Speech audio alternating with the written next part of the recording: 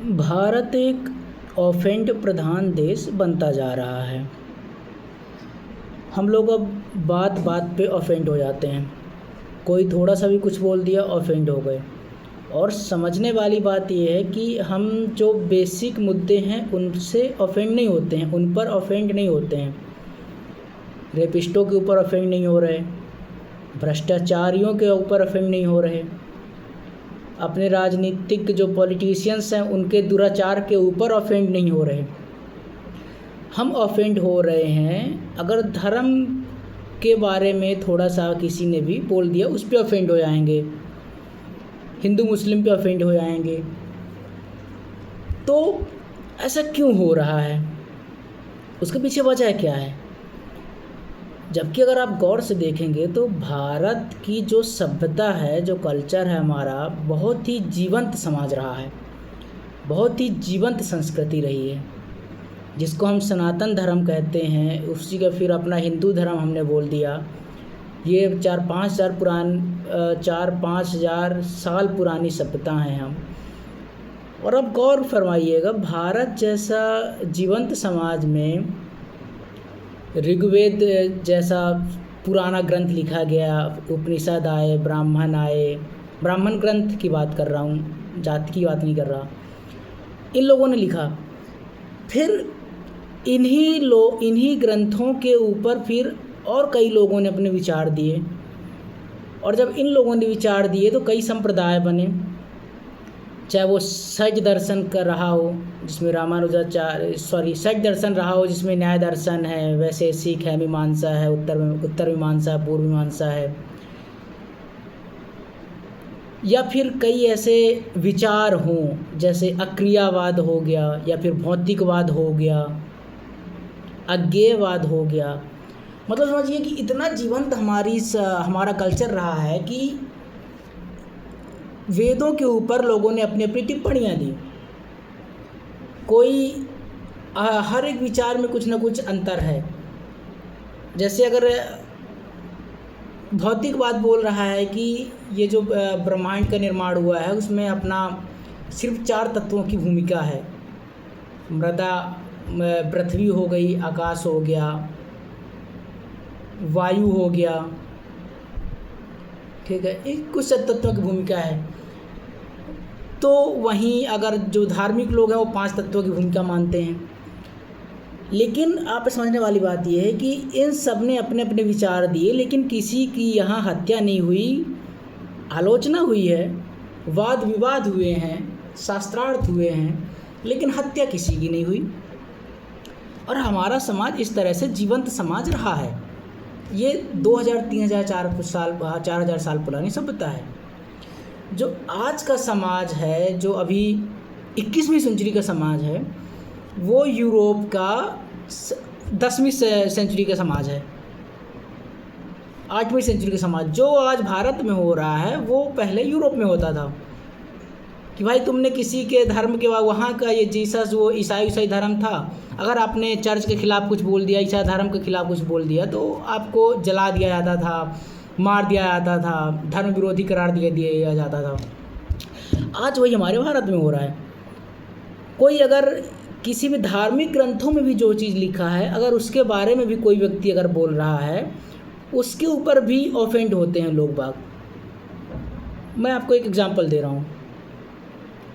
अभी ध्रुव राठी का एक वीडियो आया, अभी उसका वीडियो तो मैंने नहीं देखा, लेकिन उसकी जो क्लिप्स देखी उस पर उसने कहा कि श्री राम भगवान जब अपने वनवास गए हुए थे तो वो जंगल में अपना शिकार करके लाते थे और माता सीता को देते थे। बाकायदे उसने इस श्लोक का वर्णन किया, ठीक है। ये वाल्मीकि जी का रामायण की बात हो रही है, रामचरितमानस या फिर कई राज्यों में या फिर साउथ में जो रामचरित लिखी गई उसकी बात नहीं है। जो मूल रामचरित रामायण है वाल्मीकि, उसकी बात हो रही है।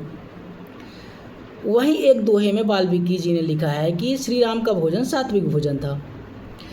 अब देखो, वाल्मीकि जी ने एक ही रामायण के अंदर 2 श्लोक दे दिए, जिसमें एक में कह रहे हैं कि राम जी सात्विक भोजन करते थे, मांसाहार नहीं करते थे। वहीं एक दूसरा श्लोक में वर्णन किया गया है कि राम जी अपना शिकार करके लाते थे हिरण का, या फिर शिकार करके लाते थे हिरण का, और वो माता सीता को देते थे। अब शिकार करके लाए हैं जंगल में, तो माता सीता उसको सजावटी वस्तु के रूप में रखेंगी तो नहीं, बनाएंगी भी, लॉजिकल।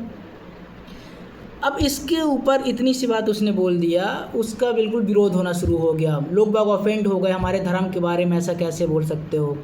भाई रैशनल होके सोचो, अगर वाल्मीकि ने नहीं भी लिखा होता तो भगवान राम क्षत्रिय थे, और उस समय क्षत्रियों में मांसाहार कॉमन चीज़ था।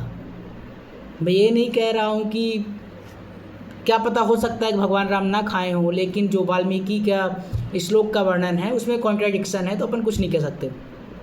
अगर तुम रैशनल होकर सोचोगे तो आप सोचो कि भगवान राम क्षत्रिय थे, तो हो सकता है कि मांसाहार हुआ हो, तो इसमें कोई बहुत बड़ी बात नहीं है।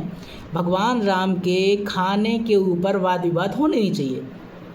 हम उनके चरित्र का पालन करते हैं, जो जैसा उनका चरित्र था उस चरित्र को हम देखकर उनको अपना आइडियल बोलते हैं। उनके खान पान से हमारा कोई लेना देना नहीं है, क्या खाते थे क्या नहीं खाते थे, उनका चरित्र जैसा था उस चरित्र को हम मानते हैं, ठीक है।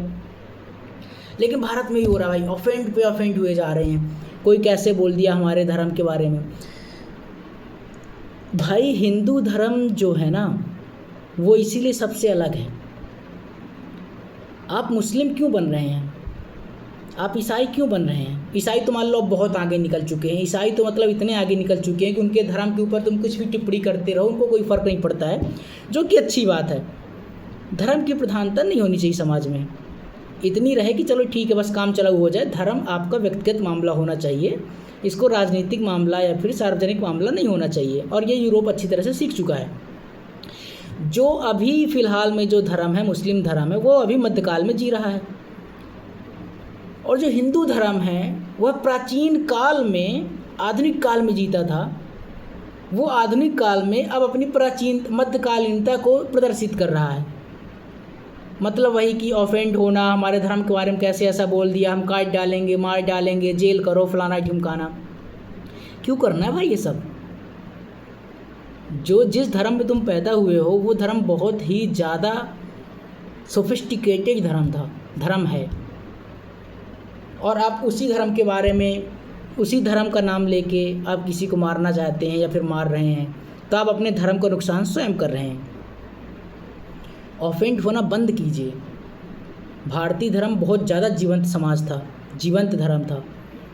ऐसे ही नहीं इसमें से बुद्ध धर्म आ गया, सनातन धर्म से बुद्ध निकले हैं, सनातन धर्म या फिर हिंदू धर्म से जैन भी निकले हैं, सनातन धर्म से सिखिज़्म निकला है। अगर हमारा धर्म इतना अच्छा नहीं होता तो ये धर्म कभी नहीं निकल पाते, इनका शुरू होने से पहले ही ख़त्म कर दिया जाता इनको। तो जो हमारा इतना अच्छा धर्म था उसको बर्बाद मत कीजिए, बात बात पे ऑफेंड मत होइए। अगर आपको ऑफेंड होना है तो सही चीज़ों पे होइए जो कि गलत है, करप्शन पे होइए, रेपिस्टों की जो पूजा कर रहे हैं आप, आसाराम हो या फिर राम रहीम हो, उस पे होइए,